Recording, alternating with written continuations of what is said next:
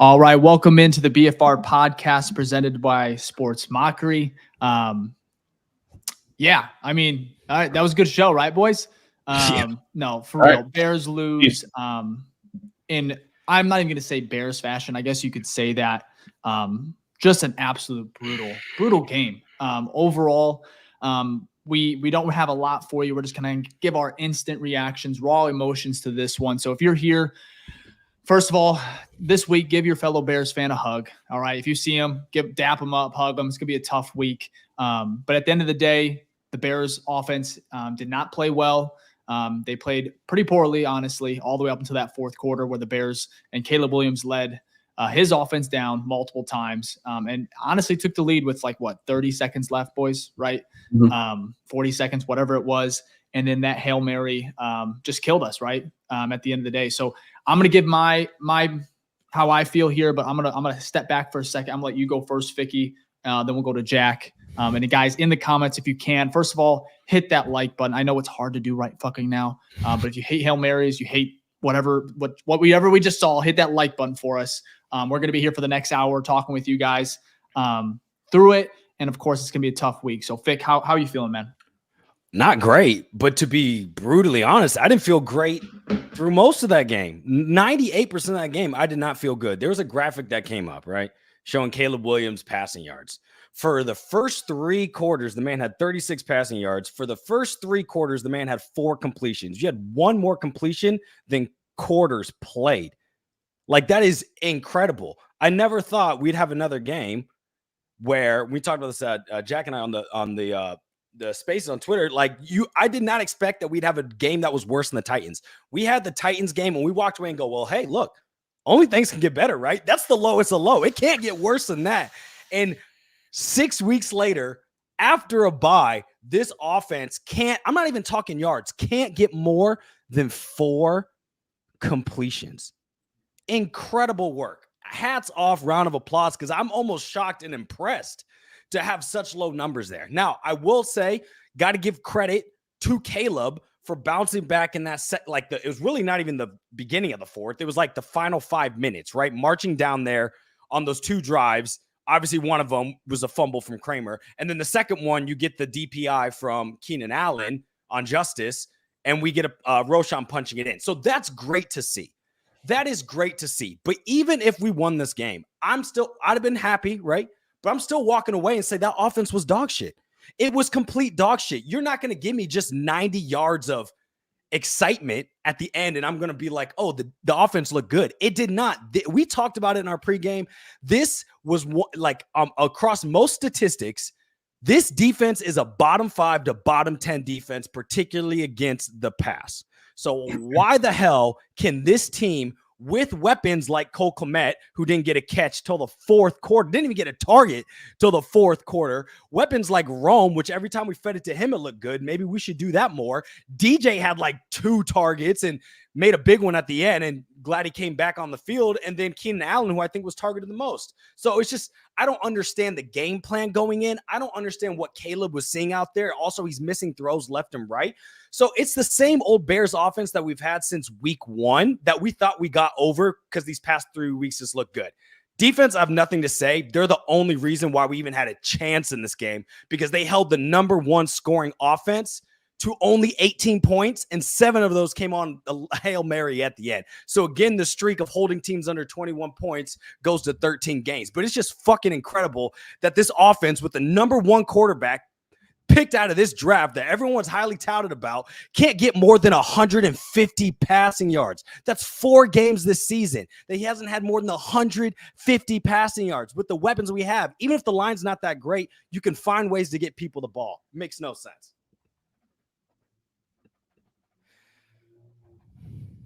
Yeah. So you said that was his 4th time being held under 150 yards. I think so. Interesting. So, let me go real quick. Actually, I was going to let you go, Jack, but you look speechless. So, I actually have the opposite reaction here. I do.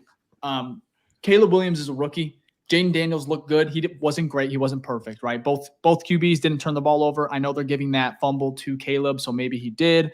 As far as that, but that was just a shitty ass play call. I know Doug Doug is good, but I wouldn't have given it there. But at the end of the day, we all knew there was going to be games like this, right? Where it was going to look rough. It was going to be bad. This offense, yes, they had 2 weeks to prepare, but the Commanders are a very, very good team. And playing at home was so important. This was in Soldier Field. I think it's a completely different game as far as the offense goes because there were so many penalties. But I want to get to Caleb Williams right now because there's going to be a lot of talk, a lot of heat on him. He didn't play great, but that fourth quarter, it showed me more than enough that I know he is going to be good in this league. He's going to be great. I know there's going to be comparisons right now at the gate when it comes to Jaden and Caleb and whatever it is. And we don't know exactly how that's going to play out for another year or two, maybe 3. But I'm not putting this 100% on Caleb. Of course, he has to play better. He will. Shane Waldron as well. I know there's a lot of people talking, giving him heat, and I get it. But at the end of the day, this was a dogfight. Like the defense obviously kept us in this game, but the Commanders, you have to give them some credit because they played outstanding. Dan Quinn, awesome. He's a great coach. Awesome coach. No question. No, he bottled up the Bears offense. It was impressive. And then Caleb, of course, he was very inaccurate as well. So, I mean, if he settled down, and I know he said, I don't know who tweeted it, about getting nervous. It looked like he was obviously nervous today, right? Especially in that first half. Missing throws high. But at the end of the day, this was a dogfight. The Bears won this game until they didn't, right? Until the football gods take it away, right? I don't understand the Hail Mary, not having a guy back there for that type of scenario. Stevenson, like at the end of the day, it's going to be a meltdown. It's going to suck. But I don't know why, but I feel a little optimistic about the quarterback, right? Because of that fourth quarter, because of how he kind of battled back when this team was dead to rights. I mean, I know the Bears defense kept them in it, but Caleb and the offense did not have to battle back like they did. Even after that fumble at the 1 yard line, right? To continue to maintain composure, march all the way down. I loved Rome today. He played good as well. I know this was a shitty game, but my instant reaction is I'm just gonna let it go. Like I'm gonna take a few days. Like I said, I think I tweeted it. Don't talk to me for a little bit. As sports, I'm not gonna watch a lot of the highlights from week 8, whatever it is. But I do not feel like it is the end of the world in regards to the offense because I think there is always going to be games like this. Of course, you don't want it to happen after bye or on national TV, but I believe that it's going to continue to get better. And this one, if they would have won this game, that's where everything changes, right? Because you win this game and you're able to fix whatever the fuck just happened, right? Now they have to fix what just happened, but after a brutal and heartbreaking loss. But again, the Bears didn't deserve to win this game. And that Hail Mary, I guess, is icing on the cake in regards to all that. So, Jack, you haven't really said much, but how are you feeling, man? Yeah, depressed. It's a good one to start. I mean, it's ironic to me that like the fourth quarter was like the best quarter the Bears had. Yeah, it's the worst at the same time. Like the whole goal line series of like the idea of like throwing the fade to DJ Moore. Dumb. Right? Like it was a lot. It doesn't even make, like it's first and goal. What do we need? 2, 3? Like it seems crazy to me that that's like the gut. That's like, all right, let's run that first play. Then we also had the handoff to a fullback who's not a fullback. Like Doug Kramer, like he's just not a fullback. Kari Blasingame would have been nice there, huh?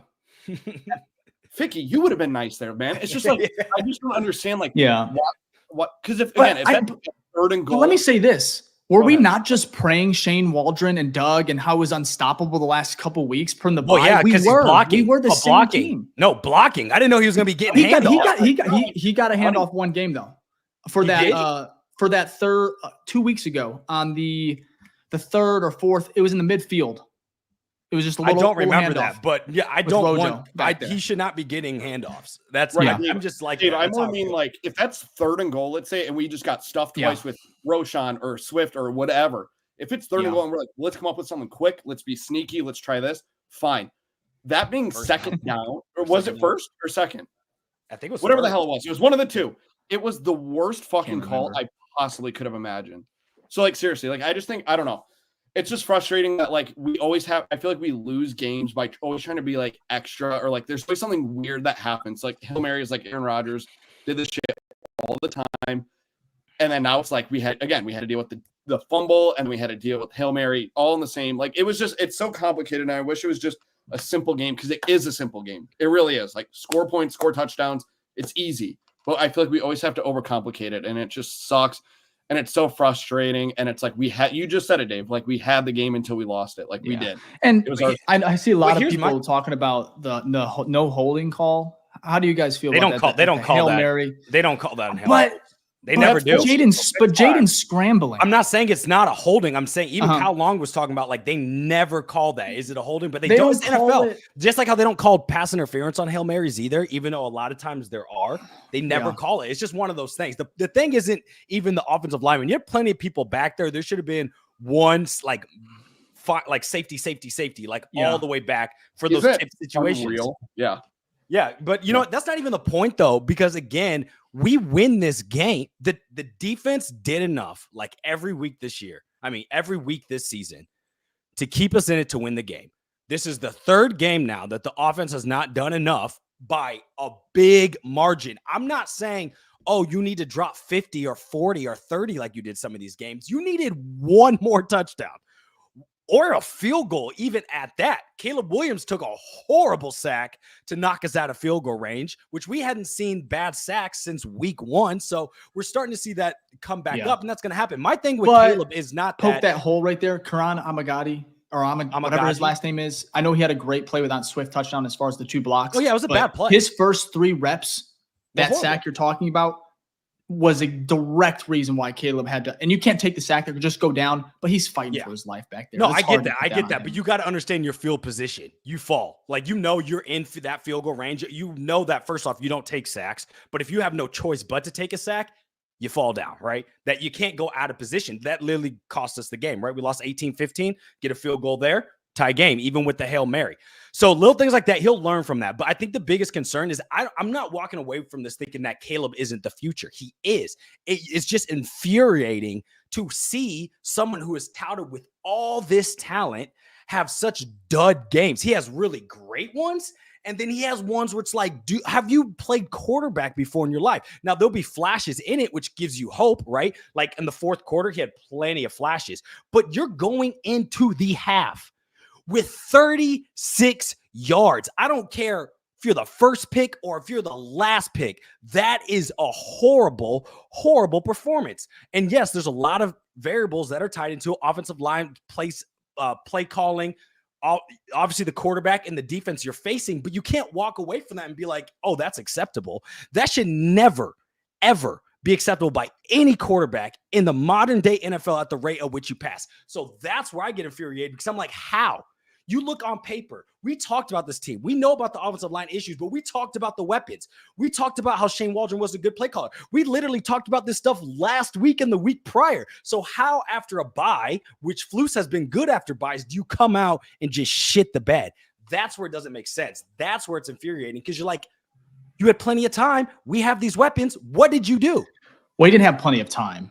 No, plenty of time the line to scheme. No, plenty of time, because that's another thing. I think the reason why, Ficky, he was inaccurate, but I think the offensive line. I mean, at the very end of that fourth quarter, there was only one offensive lineman from the summer that was starting. Yeah, there's a lot of injuries. These injuries are going to look brutal in the next couple of days too. I don't even know if DJ Moore is healthy fully healthy. Jenkins went down. You got Jenkins. He went down multiple times. I mean, this is a game where, I'm going to say it, you win it, man, you feel a lot better. And losing this one, because of everything that transpired, from injuries to the coaching staff, even to your rookie quarterback, your offensive line, it is just, and then to lose in that fashion, in such a dramatic and kind of heartbreaking way, it is brutal, because you battle back and then you get that. But I see a lot of people talking about the hold. Also, there was a blindside block as well that Jaden, before he launched it, I forgot the defensive line that was running right towards him and just gets blindsided. Again, they're not going to call it. It makes for an insane play for Jaden Daniels, because, I mean, at the end of the day, he had a really good game. I can't even say it. Like, his legs and his arm. I mean, if he wouldn't have been injured, honestly, he had like 2 balls that went to the ground that were like deep balls. If he'd been clean, I bet you he would have delivered on. The dude had 330 or 360 yards. Like, he had a really good game, and he was making throws that we've seen Caleb make, and Caleb was missing them. So that's why it's infuriating, because you're like, here's a quarterback who didn't practice all week, or he was limited on Friday, is a game time decision, and he comes onto prime time-ish adjacent, and I mean, kind of shows you up. This is your hometown. You're coming home. Like, I just expected more from Caleb. He didn't have to be perfect. He's a rookie. I get that. But it's the extremes of Caleb are crazy. It's either you have 100. He's had 3 games of like 100 yards, 130 yards, couple turnovers. And then he's had 3 games where it's like he's had 300 yards, 360, and he's going crazy. So it's like, yeah, but it's not all on Caleb. You can't, when it's a rookie quarterback, there's just so much more that the miss pass has to go well. The miss pass is what bothers me. I agree. But also he's rushed. He's rushed as well. No, but like there's a couple time. Like there was a perfect RPO to Keenan Allen, which could have been like a 30-yard gain. And he just like 15, 20. Yeah, that was early in the first. Yeah, there was but that was the nerves. Particularly first half. But that's what I'm talking about, bro. Come on. You can't be over here saying you're the guy where like I don't get nervous, and then you've had multiple games, not just this one. We don't have. No, I'm just saying though. It's hard knocks. I'm just saying though. It's like at some point you got to settle in, Caleb. You have to settle in. He has the talent. He has the skill set. I'm not talking about when he's getting tons of linemen in his face, like when the plays break down. That's a whole different issue. But when you have that time, we need you to how about this?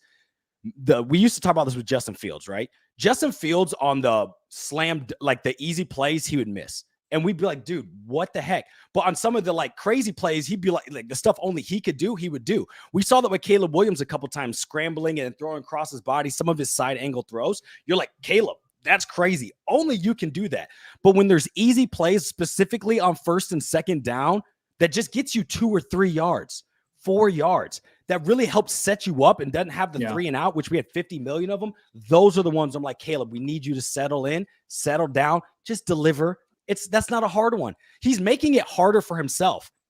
That's it. I'm like, bro, you have the talent. Like, I'm still a Caleb. There's times where he is just, especially that first half, where it's just so sped up and it doesn't need to be. Because there was times, but that's where I think the offensive line, the inconsistency, where there's, there can be one play where it's great protection, and the very next one there's a free runner right to your face, and so it's really hard to consistently, basically trust what you're seeing, trust that you're going to have time to make that easy throw.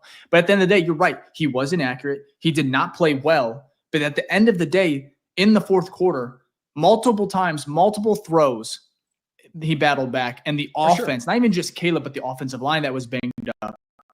Kyle Kmet finally was targeted, right, in that 4th quarter. Crazy. Made 2 throws. Kyle Kmet, that cracked me up. There was a lot of things that if the Bears could have just found a way to stop the Hail Mary, this win, as ugly as it was, you feel so much better going into what now is it's still going to be a tough stretch. You got, I think, New England next, right? Or is it Arizona? New England. So Arizona's next? Then you got New England. That's right, Jeff. Yep. And they both. But then you got the gauntlet. Arizona just beat the Dolphins. Arizona, I said earlier. And New England just beat the Jets. Yeah, the Jets are fucking trash. But we still. But the Patriots shouldn't be beating you. But that's my Drake point. May. Was Jacoby. Drake wasn't even. Drake got injured. He got pulled out, and Jacoby came in and did his thing, which is crazy. Yeah, and he was playing terrible early in the season too. Anyways, football is a weird game. Like at the end of the day, you have to play the games. This is exactly why. I want to kind of bring it to. I know we're talking about Caleb. I want to talk about Matt Eberflus, Shane Waldron right now. There's again, rightfully quick, so. Sorry to cut you off. Right before you want to read the super chat real quick. Let's do it. We got a super chat here from Tito, $10. Appreciate it. He said we had 3 3-and-outs, and Flus doesn't use 1 to get the D set up. 3 timeouts. Sorry. We had 3 timeouts, and Flus doesn't use 1 to get the defense set up the way it needs to be to prevent that catch. And then you hand the ball off to Kramer when the game's on the line. Bad coaching, man. Give me Ben Johnson. Well, that's a perfect transition. So how do we feel? Normally at this point, we'd have our coaching meter, right? Our Flus coaching meter, but we'll just talk about like how we feel about Shane Waldron and Eberflus as a whole, as a collective. Man, I think at the end of the day, Eberflus is going to have to go on a run. Like, this team is going to have to make the playoffs for him to be here because there's so many good coaching candidates. And I understand he has this defense playing insane, but Tyreek Stevenson, I know he's his own player, own guy, but the penalties, I think there was 2 unsportsmanlike penalties. Yeah, Daniel Hardy on special teams, and you got Stevenson. There just this team has to be better in that area in regards to kind of just controlling your emotions. And I think that's a reflection to the head coach just a little bit. That might not be fair, but I think right now, I know my Flus meter was all the way up. The Bears were on a 3-game win streak. I'm not going to go too far here. I'm going to probably put it at maybe 3/4 of the way. I know we don't have the graphic, but I think Matt Eberflus is a good coach. I just think there's better candidates, and I don't think Chicago is going to be able to, or at least Ryan Poles, be able to hang their hat on Flus and a good defense and keep him around when there's all this pressure that's going to come from the outside. It's not even here yet. It probably is going to be here tomorrow morning, to be honest, as far as the hot seat goes. That's not fair, but it is what it is. And Ben Johnson, what he's doing in Detroit, a couple other candidates as well. I would be shocked if Flus is here next year, even if he has, 9-win, 8-win season. If we make the playoffs, what do you think? It would be tough. I think if we make the playoffs, he's probably staying. And why? And why? Because the leverage is on his side. Is like what he technically controls. And penalties weren't too crazy today. Like, they really weren't. At one point, the offense only had 1. So, like, overall penalties weren't too bad. You just had those 2 horrible sportsmanlike conducts. So that happens sometimes. So I'm not putting that so much on Flus. But what Flus actually controls, right? The defensive side has been fantastic. The defense has not been bad yet through 7 or 8 weeks. They really haven't. They have not given up more than 21 points. So I totally understand, though, with the, the offenses nowadays going more modern. But, like, I don't know. Defense is becoming more and more important. I feel like you see a shift in the NFL now with, like, the teams scoring less and less, and they're still putting a lot of importance on it. And then we also got to remember that's Poles' dude. So it's going to take even more. Doesn't mean it can't happen, but it's going to take even more. So if he splits the NFC North, Dave, and they sneak in, I think he'll stay. But I can totally understand why someone like Ben Johnson, some of those names out there you could go for. Let me bring this up before you go, Jack. That second play before the Hail Mary, don't you find that a little odd? You guys remember, like, where they just I don't know if they were playing prevent there. Why did they give them a free 12 to 15 yards? That gave him a chance for the Hail Mary. There's no way he's getting the end zone. You see it all the time. I don't know why I was thinking that. I've seen it in so many games where the defense basically will be like, look, get your short yardage. We're just not letting you score here because people do hook and ladders and things like that. So they basically take the least of the riskiest decisions. But typically giving us the sideline. But look, that's not even the issue. Normally, Hail Marys don't work. The problem was they didn't execute on a 60-yard. Like, they were still pretty far back. It wasn't like they were on the 40 or something. Yeah, I don't think it made it.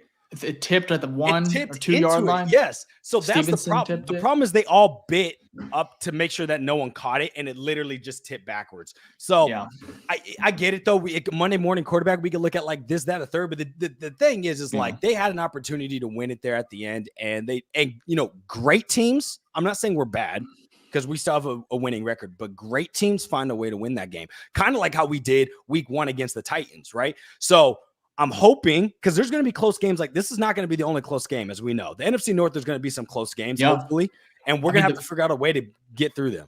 The Bears have been in a close. Every game has been close this year, except every single game. That's like the only one. Yeah, I'm talking about like when it's not a blowout. I'm talking about like when they play a very, very good. I bet the Panthers, Jags. I know the Jags actually played Green Bay very, very well. I think it was a game-winning field goal by Green Bay. But when they play a decent opponent, I think every game, even the Titans game, right, where we thought we might have a good matchup here, right? The Colts, even. It's just the Bears. They got to continue to learn how to win. Those are the bad offensive ones, by the way. When the offense plays well, the games have never been close. Every game when the offense plays well, we do, because the defense looks good every game. This game wouldn't have been close if the Bears offense, like you said earlier, Ficky, would have been adequate, because the Bears defense is insane. 12 points up into that Hail Mary where they're moving the ball, where they're just, Jaden Daniels made big plays, and he made it hard on the Bears defense as far as getting first downs with his legs. He was making plays that it didn't remind me quite like Justin Fields, but very Lamar Jackson. Lamar for sure. Where it pisses you off. That one play where I think it was, was it Hicks? No, I don't know who it was the Blackwell. DB was going. Blackwell dove at his legs, and he just had like a spider sense to like jump in that instance, and it was perfect timing. And I just could. You again, I know we talk about Caleb here, but Jaden, and I'm not saying we made the wrong decision. That's way too early to say, but Jaden Daniels is unreal. And to do what he did, first of all, at home, I get it, but it's impressive. They're now 6-2, man. What a turnaround in Washington. It's insane. And they have two different experiences, right? Caleb played 3 years in college, and he's 22. Jaden Daniels played 5 years of college. He's seen way more reps, way more snaps. So people were even talking about when he comes out, out of the draft, they're like, hey, this is probably going to be your most pro-ready quarterback. He's seen a lot of reps. So Jaden has followed that. That's not always the case, but he has lived up to that where it's like, look, what he did, he was able to continue that. Caleb is a little bit further behind on the year, so I'm not concerned. You know what I mean? It's not apples to apples comparison. My issue is, and there was a great comment. I know we have a bunch of them coming on here, so Jack, you're doing a great job getting them on there. But there was one comment that basically said the offense against decent teams has been dog shit. When the teams are bad, the offenses look great, and that is what is concerning. And that's not even just Caleb. It's like, okay, is this a bigger issue? Right, because when they play really bad, that's when Caleb and the guys go off. But we thought we would see that again this week, and we didn't. So I know it's still early, right? You still have the whole NFC North. It's not like none of us here are on the fire everyone. But I think it's fair for us to be like, what the fuck did we just watch? After a game like this, it's like you almost feel better, like if someone gets fired. Like I don't know why, I don't know how to explain it, but it's like Shane Waldron. I know he's had a really good 3-game winning streak, but it's like. You said Ficky. Today it was awful. How much is on the quarterback too, though? How much is on blocking? So even the receivers as well looked a little off. But you know what's crazy though? The run game has been looking great, and it even looked great again today. And that was our biggest concern with Shane was like, bro, why can't we run the ball? And we did well. And we did well today. So you're like, okay, wait a minute. The run game's working. That should open things up for the pass, and it just didn't. I don't know the answers to it. I know we don't either, but that's what I'm most concerned about, because that's where most of that's where all the talent is. It's not on the line. It's our wide receivers and our tight ends. And the fact that that's the worst part of our team right now is mind-boggling. I would say, that running back room, Swift, Jack had a tweet here. It was like that meme where I think it was that guy carrying that. It was some type of meme about Swift carrying basically the Bears offense. Oh, yeah. I mean, that run, the touchdown run was insane. Loved it. Nice. But that hurdle, it got me out of my seat, man, at home. Could not. He is such a fun player. And I know what a turnaround he's had, because, I mean, the first, 3 games, or was it 2.5 games? Were just, like, what the fuck? I mean, people were saying release him. Like, he is one of the worst free agent signings ever. It was that bad. But the turnaround and what he's done, he is probably he's one of the favorite, most electric players on this team. Shout out to Rome Odunze. Like, I know we're being negative as well, as we should be probably because of what we just had to watch. But Rome Odunze, the tenacity, the catches he made, like he had an attitude today. Like the vibes on him were just, he was feeling good. Like every play, he was excited. I mean, he was basically, he wasn't taunting the team, otherwise you get a penalty. But he was drawing the line where he was like, I just like to see that intensity, like he was battling. Even though they were down 9, right, for most of that game, down 12-0 at one point as well.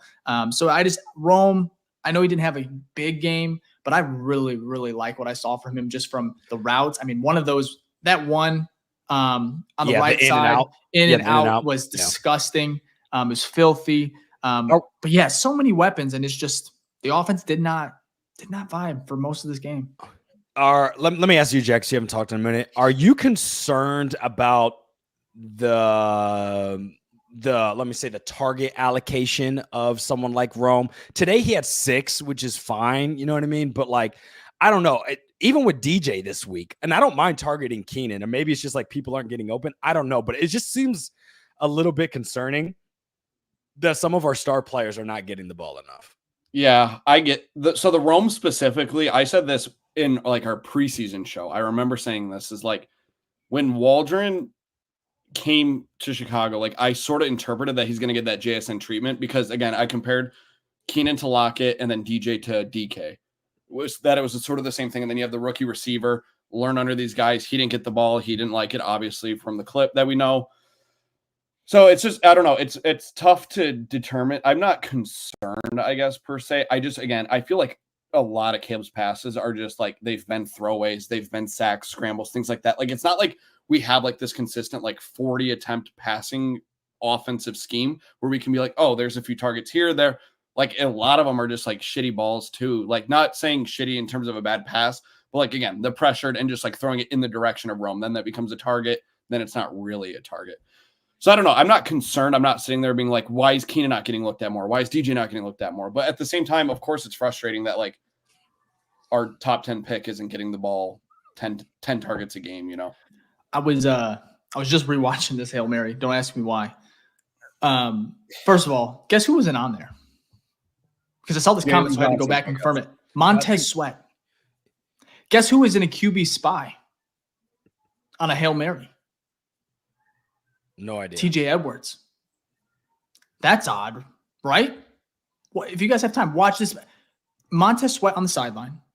TJ Edwards spying the quarterback on a Hail Mary. I just find that odd. I really do. I know maybe he could run, and I don't know. I just feel like that's odd as well. Less concerned about the spy, more concerned about why you don't have Sweat. Your best rusher out there. He was insane, and he's the one guy that could catch Jaden Daniels.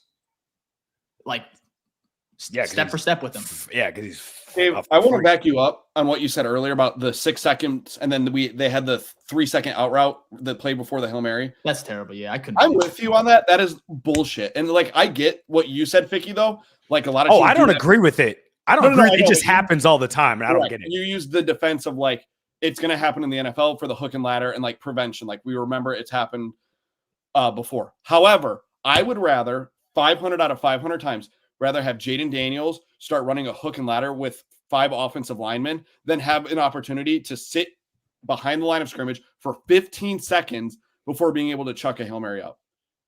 Not only that, Dave also said that they were not in range. Like, he didn't even make the throw to the end zone on his attempt. Imagine them 15 yards back. Like, there's no choice for them to do anything. Yeah. They don't Especially with his ribs. They'd probably bring in Mariota. Right. They have nothing. So it's like, why would you give them the 15 yards? Even if Tony Romo in the booth can call that and see that, I need my DC, my OC, my everything C to see that and be like, let's get a guy on the sideline or let's run 2 flats, something like that, you know?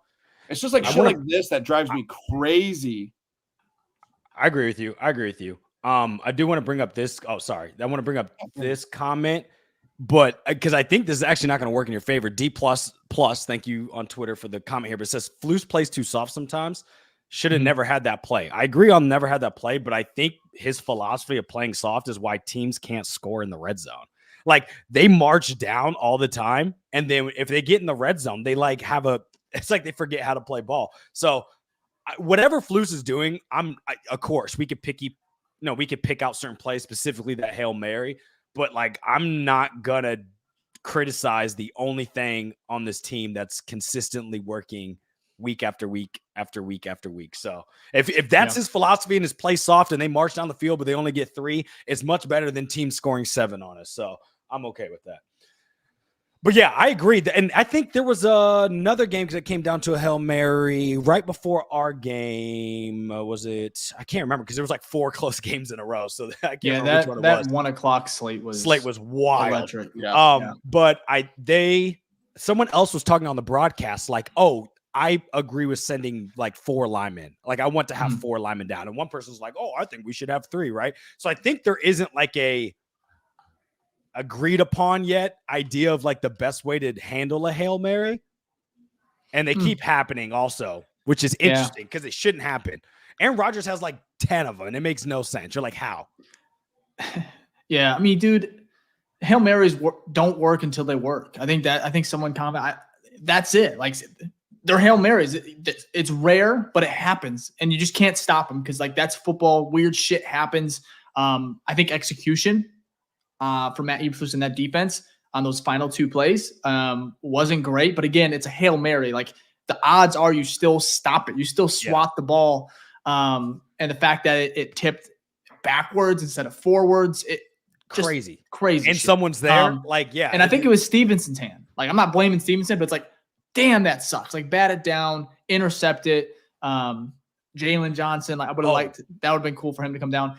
Before we go into anything, can I bring one last thing to go to Jack's point, and then we move on. Sorry, is that it was the Colts game, and Anthony Richardson took a sack, and I'm pretty sure what they did with their defensive linemen was they put 3 defensive linemen on one side of the field, and basically they sped rush and forced him to have to go to his left, and then he couldn't get the throw off and they sacked him. So maybe that's weird. Yeah, that's what I'm saying. I saw that. That's sorry, I couldn't remember, but I was like, that's an interesting tactic, and it works. So hopefully we're not like even on this again, one though, with Jaden dancing around back there was a hole. There was a blindside block. Like it wasn't just him making the play. Like he bought time, but there was penalties there, 2 of them right there that allowed him to dance around and do what he did. But I just want to bring this one up from a while back, this comment here, because it's kind of crazy when you think about it. Jaden Daniels, 326 passing yards, 1 touchdown, 52 rushing with a bad rib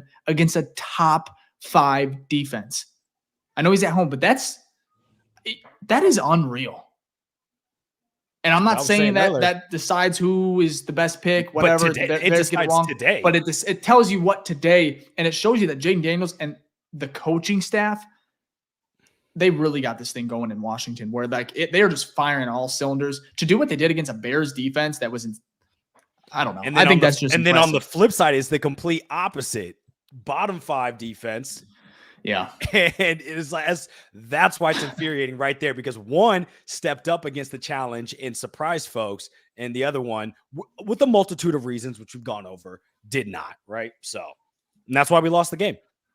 That is why we lost the game right there. We had so many 3 and outs, so many times with the defense got 3 and outs when the offense was in their own 10, like Commanders. And then we got the ball like at our own 40. Like the success rate for you to score at least 3 points from your own 40 is so high. And we had multiple drives where we walked away with 0. That's what's frustrating. Yeah. And hopefully it gets better, because all that matters is the NFC North. It did do its job. What else are you going to do? That's what sucks. It's like play offense. Can I give my 2 cents on coaches real quick? Real quick. Please. Yeah, go ahead. I think that we're a very unique team in the sense that there isn't a single one of our coaches, our OC, DC, or head coach, that has like something definitive that makes them better than any other coach. That makes sense? So my brain immediately goes to like Stefanski, Reed, Campbell, like these guys, LaFleur, like these guys that have like this like solidified style of coaching that works. None of our coaches have that. Like it's fascinating to me. Like they just don't. I would disagree. I would disagree with Eberflus. He's known for being a Tampa 2 guy and not setting pressure, and he's been doing that for years. He's he's probably the best at doing that, at having a good defense without setting pressure, and he's also known for having a good defense without having star defensive linemen. So he doesn't send pressure, and he's known for because he was a linebacker coach, right? So he's known for having great linebackers, using them well, long and lengthy, and then the team's known for being good at tackling. I get you, though.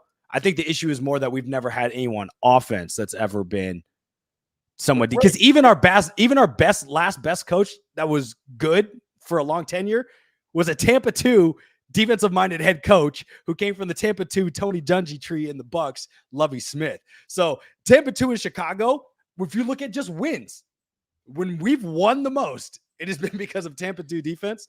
But I think the problem is always offense. It's always offense, and it's always. I get you, Jack. I'm not saying that like your sentiment. I totally understand it. It's fair, but it's always offense. It's just get us someone who can have a score more than 12 points in 3 quarters. That's all we ask. Right. Like I know we do the Flus meter and we measure like our trust and like our respect for the way that he's been coaching these games. But like truly, and I'm not calling to put his head on a spike, but like he just is not the guy that's going to get us like this dynasty type thing with Caleb and Rome and Swift and whoever stays, whoever goes. Like it's not going to be a thing. It just isn't. It is. It's so weird though. Heading into this year, you're like, man, like no rookie quarterback picked first of all is in a better situation. And it's like, you're 4-3, but God, and probably just emotions running high. This doesn't feel good. Like the 4-3 doesn't feel good, especially because probably that Indy loss really sucks when Anthony Richardson just gave the ball to the Bears defense several times, and that's when our offense could not do anything positive.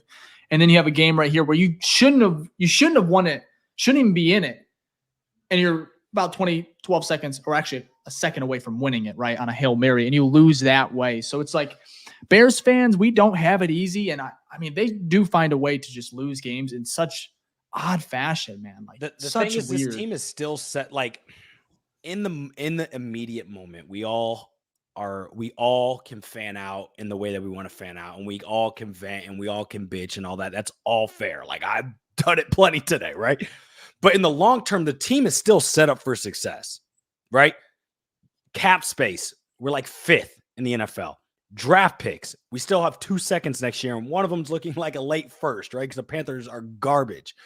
So, like, Poles has done a good job. You've got a lot of young people in here that also contract extensions are here for a long time, i.e. DJ Moore, Cole Kmet, Montez Sweat, Jalen Johnson. So, in the long haul, like, I don't think it's time to put anyone, like Jack said, anyone's head on a stake. Like, there's no reason to, like, blow things up. It's just that we were expecting, because we had a soft schedule, that we were expecting a little bit more. The team is underperforming, but it's not bad. It's not like we're the Browns or we're the Jets, where it's like, no, your roster has a lot of talent. You have a lot of money poured into those teams, and your teams are garbage, right? So I just want to kind of like throw that one out there to like kind of like tell ourselves like, okay, this game does suck, and it does suck. And I'm with you, Dave. I'm probably not watching shit this week. You know what I mean? Till next Sunday. Right. But next Sunday, we have a chance to then get a win, which makes us forget about this game, right? Just like how we kind of forget about not forget, you know what I mean? Like it goes in the back burner because it's like, what have you done for me recently? So if we can get that, and then we win the other one as well against the Patriots, if we can get back on a 2-game win streak, that means within 5 games, we went 4-1. We'll take that.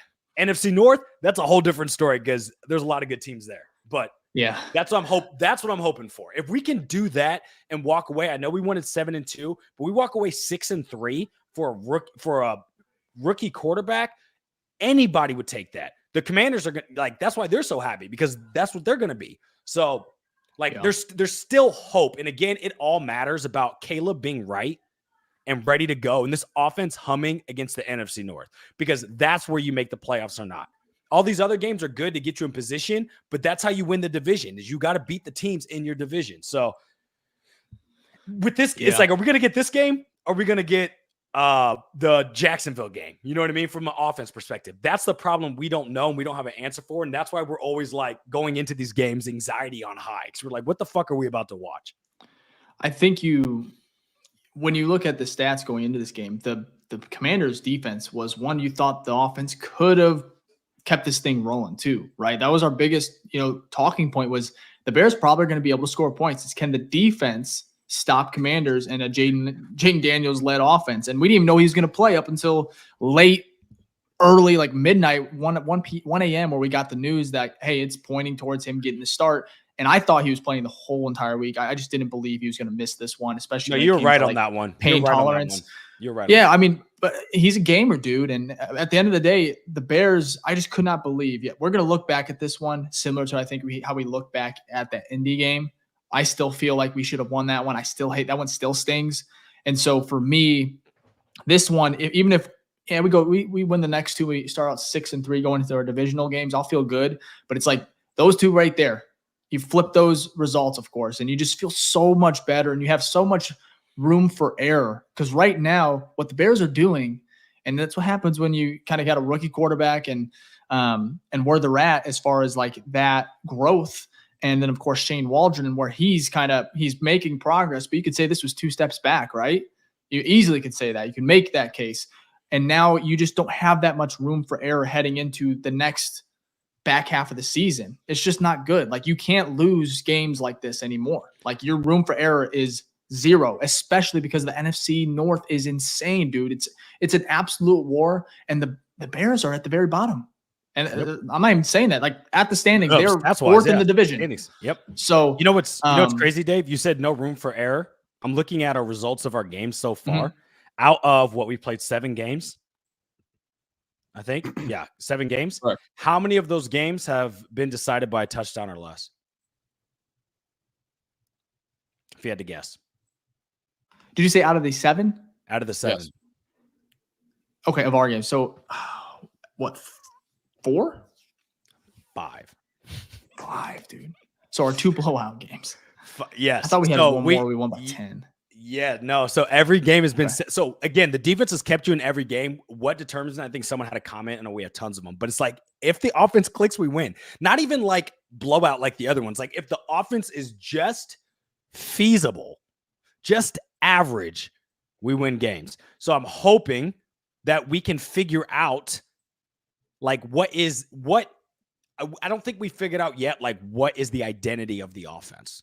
So once we can kind of figure that out, I think that is what's going to give us the opportunity to win games in the back half of that gauntlet.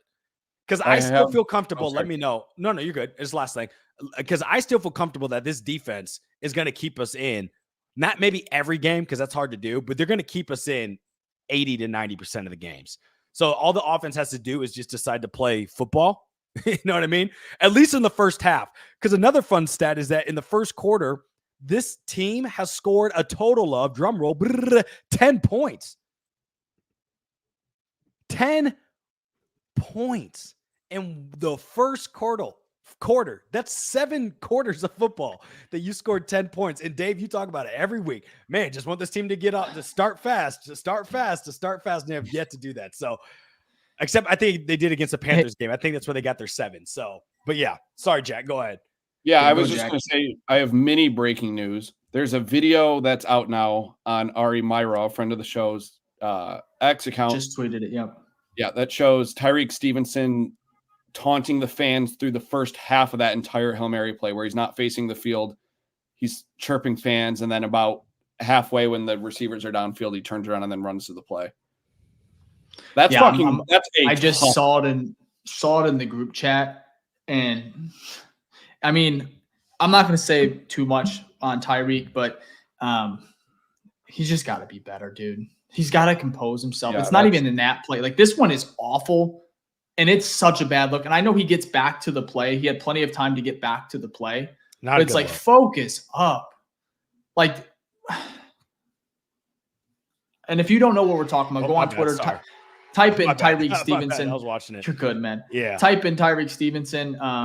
And I'm sure that video will pop up, but him taunting for a good 5 seconds. I mean, the play starts, like you said, Jack, and he's still taunting. Like, he doesn't even know the play's going on until he turns around. He's like, and then he has to run over there. And at the end of the day, it's not on Stevenson or anything. It's the Bears offense. I truly believe is what lost us this game, because that defense, I know they don't deserve this loss at all. But that look right there, again, wow. What do you think, Vic? I mean, it's not a good look.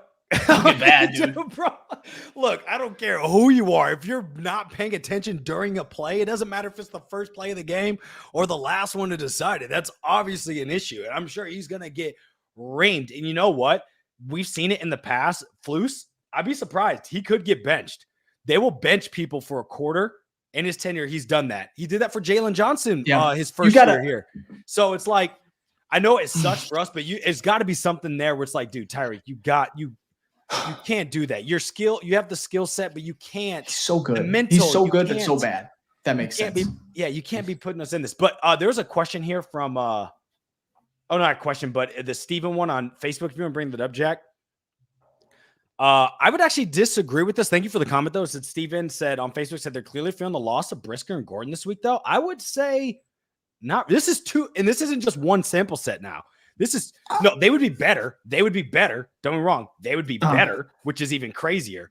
But it's not like we were like, oh, Josh Blackwell missing plays or Elijah Hicks just not guarding anyone. You know what I mean? Like, the defense was.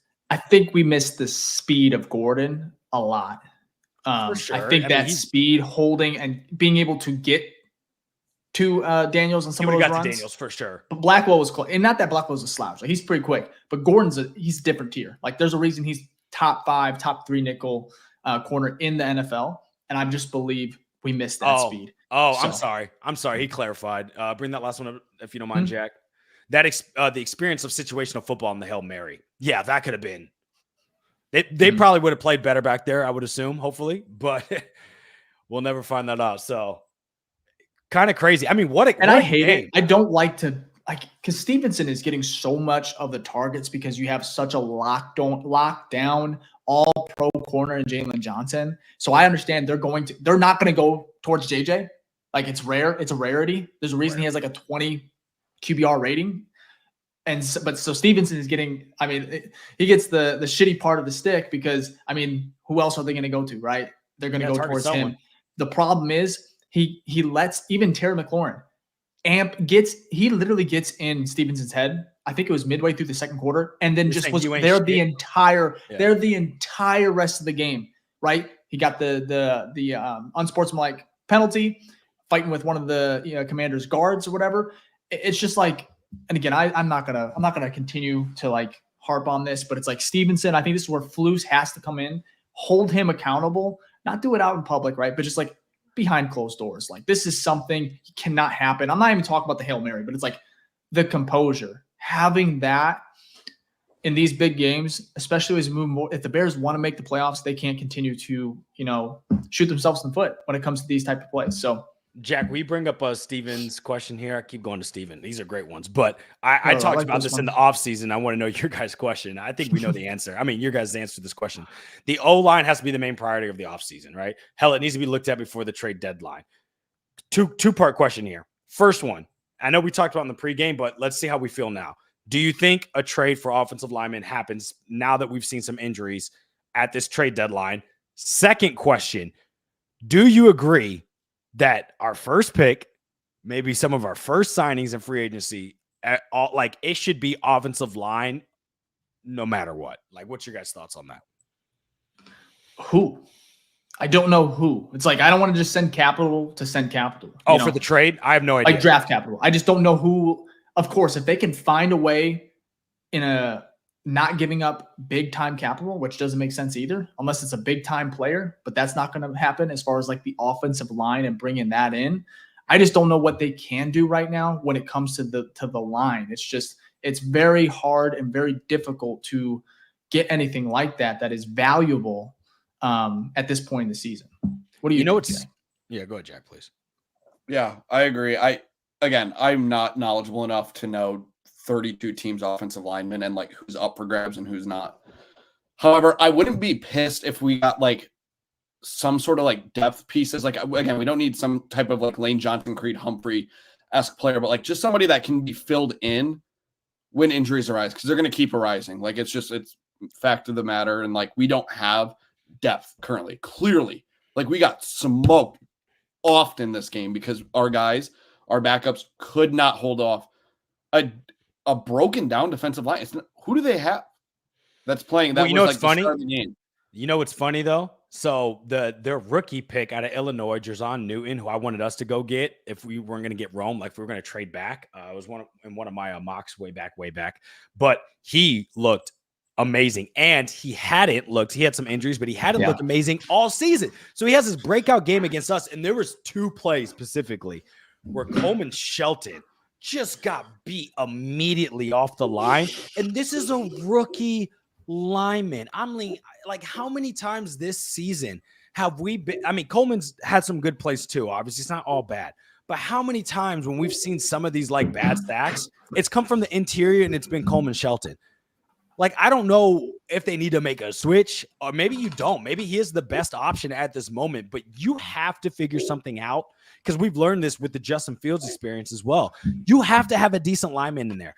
It is easier to escape outside the pocket and outrun your defensive ends like you saw with Jane Daniels than it is to avoid pressure in the middle. Both sacks on Jane Daniels today was pressure in the middle. One of them was a blitz from TJ Edwards, and the other one I think was like Billings forcing him to move inside. So it is much harder because the pocket collapses on you and you can't move around. So we have to figure out this interior line. Tevin gets injured too much. So we need depth there. And then we got it. Matt Pryor's actually been playing like decent for a backup, good, dude. But we have to upgrade center and right guard. There is no question. I would say this. I think Jenkins, I think you sign him, but he even knows this, and his agent should as well. I think he needs to take he's not going to get big time money. Like he's going to get good money, and I think the Bears should pay for that. As far as like the good portion, like this, all I'm saying is they have a chance to lock him in at a really, really good rate, like almost a steal because of those injury concerns. And also he's kind of inconsistent as well as far as his play, because when he's great, he's great. But then there's also been moments bad, right? Look at last year, final game of the season against Green Bay. Need this win. Yeah, he looked horrible. Horrible. And then this year, a lot of good games, a lot of average games, and a couple really bad quarters, like a few quarters. He's so been for decent me, of late, lock him up for a good deal. You still have, I think, top 10 in cap space or just outside the top 10 in cap space next offseason. And then you have so many picks where you said it, Ficky, build to the draft trenches, because they have the skill players. They truly, truly do. So for me, I think they have an opportunity here to do a quick turnaround on that offensive line where it could look, I dare say top 10 next year because of all the assets that they're going to have available through capital, which is the draft and, of course, free agency. So I don't know. I feel a lot better, and I really am excited to see, I guess, the depth that they had, because I didn't think they had that coming into the season. I really didn't, especially with Pryor, especially with, I'll say Karan Amagadi. I know I say it. Those first 4 or 5 reps were just brutal. Well, he wasn't even. I don't think he was even supposed to be playing this game. I thought it would have been Larry Borom that just came back. I thought he was going to be the fill-in, but I guess they have faith in Karan. He just got back. Borom just got back, though. That's true. The only issue. If this was Karan later. But Karan was supposed to be a project, right? Like this is not. That's what I'm saying. They threw him in, but I'll say that rep he got on that Swift touchdown run really won me over. Like, first of all, his mobility getting out there, and then he was he's very athletic. Those two defensive backs on the Commanders, so that led to the Swift touchdown. But I'll be honest, man, this one just sucks. Like this one makes me contemplate if I even like football. Like I'm just like, damn, this was brutal. And I'll say this one is one of the more disheartening Bears losses, at least since 2018. And if you know what I'm talking about, like, because this was a meaningful football game, and I'm not saying it wasn't like a playoff game, but it felt like it at times, man. It's like this was like a big time stage where you have the number 1, number 2 pick, a lot on the line. You go from 5, you can go to 5-2 and keep up with your division. That's on an insane historic rate right now, where I think 2 losses, and then we're the only team right now with 3 in the NFC North. It's just this one, there was so much riding onto it, and for it to end the way it did, honestly, just makes it 1,000 times worse. And I'm like, this one is where it makes me sick. Roller coaster. Man. That's what it is. A roller coaster of emotions. Someone had a comment earlier that said, like, I'd rather lose 12-0. You just know you're out of it. And you're like, whatever. You fight back, think you get your hopes up that it's going to happen. And then someone just strips them from you. You know what I mean? So that's what's disheartening, because it's like someone just ripped your heart out because you thought you had it, and then it's just taken away from you. You know what I mean? It's like a kid when someone gives you candy and you're like, oh, I can't wait to eat this. And they just snatch it from you and leave. And you're like, well, what the hell? You might as well just told me you didn't have any candy. I wouldn't have been excited about it. So yeah, it's going to be interesting. I did see a comment that someone said, a question, Eduardo here on YouTube said, oh no, sorry, that's the wrong one. And that's why I don't do this. Jack, there was one from Eduardo that talked about, the question was, do you feel at a loss? Thank you. Do you think a loss like this will get into a young team's head? And I will own, this is maybe I'm too optimistic, but last year was way worse. And a lot of these players were on the team last year. They started off 0-4 and they made a bounce back that none of us expected would happen. Like, I think that's fair. Like, we expected this team was not going to win. I think you're 100% right, Vic. So I think this team one hurt, but I think they'll be able to bounce back. This one will hurt for 24, 48 hours, but these guys are professionals. It's on to next week, because every NFL team, this is why this league's so great, because there's so much parity, and like anyone can beat anyone. It's like they have to lock in the next 48 hours, like maybe even 24, where you have to. Same thing with a win, right? It's much easier when you're winning to move on, but this one, it's like you cannot let this compound and build, and even have any type of distraction heading into, what is it, Arizona? Is it Arizona next week? Yes. Holy shit, yeah. Arizona's tough, dude. Kyler, mobile. The that's going to be a tough, and it's in Arizona. The funny thing is, it's literally a repeat of this one. The offense is dynamic at times when it's playing its best. The defense is not good at all. So are you going to show up, Chicago, and do the exact same thing? I trust our defense will be able to do what they need to against Kyler and that offense. But what is our offense going to do?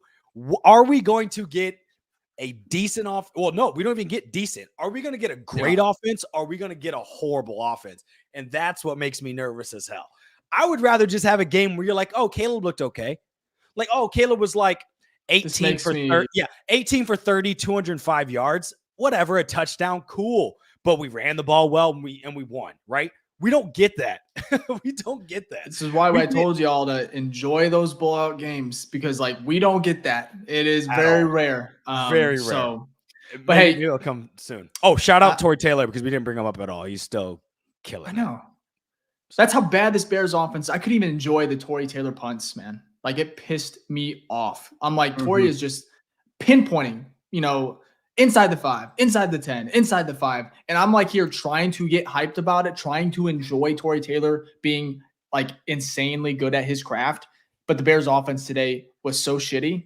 I was like, I couldn't even enjoy it. I was like, thank you, Chicago. Thank you, Shane Waldron. So, but I think we all agree, Caleb, this is one where it's like, damn, it sucks. Overall, the Bears offense was brutal. And then there's just so much more that's coming out of this game. Like the one that you just brought up, Jack, Tyreek Stevenson, number 29, is brutal. So we're going to be back here in a couple days, kind of give a little bit more of a nuanced. We'll watch the film, we'll go through it, talk it through, and then we'll also go ahead and prepare for next week as well and give our game preview. Game preview as well. So I'm scared to make the all 22 film because I feel like I'm just gonna get pissed off making it. So dude, I'm gonna be like, oh wow, that guy looked open. Oh, that guy looked open. But no. I'm glad you're making it, but I'm not watching it. I'll hit the like button. So yeah, appreciate it. Yeah, I can't watch. Hit the like button. Hit the like button. Yes, please. Appreciate everyone that hopped in. First time people, thank you. Welcome to the show's BFR show. We do pregame, postgame every week to cover this wonderful, that's air quotes for now, offensive juggernaut that we have here in Chicago. And we just appreciate all the support. I'm not going to go through all the graphics right now, but we do, if you want to support us and help this show grow, we do have a BFR store called the BFRstore.com. We have hoods. Oh my gosh, this game has fucked me up, bro.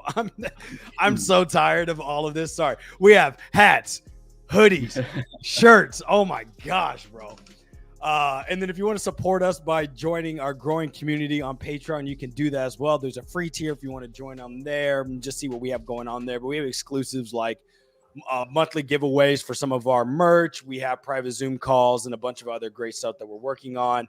And we'll be having that rock and ready for this next month that's coming up. So for all of y'all into Patreon, we appreciate your support. And for all of y'all that hopped on for the first time or you've been here with us since day one, we appreciate it as well. The Bears may suck and they might be going down at times, but this show is only going up, and that's thanks to y'all. So we really do appreciate the support because it's the number one show by the fans here for the fans like y'all. So we're just glad that you decided to choose us today. Yep. Also, full milestone, 1 million views on our YouTube. This is awesome accomplishment. Obviously wouldn't be possible without you guys sharing and promoting the pod. I wish this was on better terms, but again, just like we always are, we'll be back here in a few days. And no matter what, we'll be covering the Bears. So we appreciate it. Shout out to Sports Mockery. Again, this show does not start without them. What were you saying, Fick? No, I was going to say, it's actually funny because most of those views probably came from bad games. We definitely get more. Yeah. I'd say 800,000. Yeah, 800,000 of those views are probably bad games and bad results. But like I said, no matter what, Chicago football, it's brutal, but we still love it. We'll be back here in a couple days, kind of give a little bit more nuanced reaction, break down the film, and, of course, preview next week's game as well. So bear down. Peace.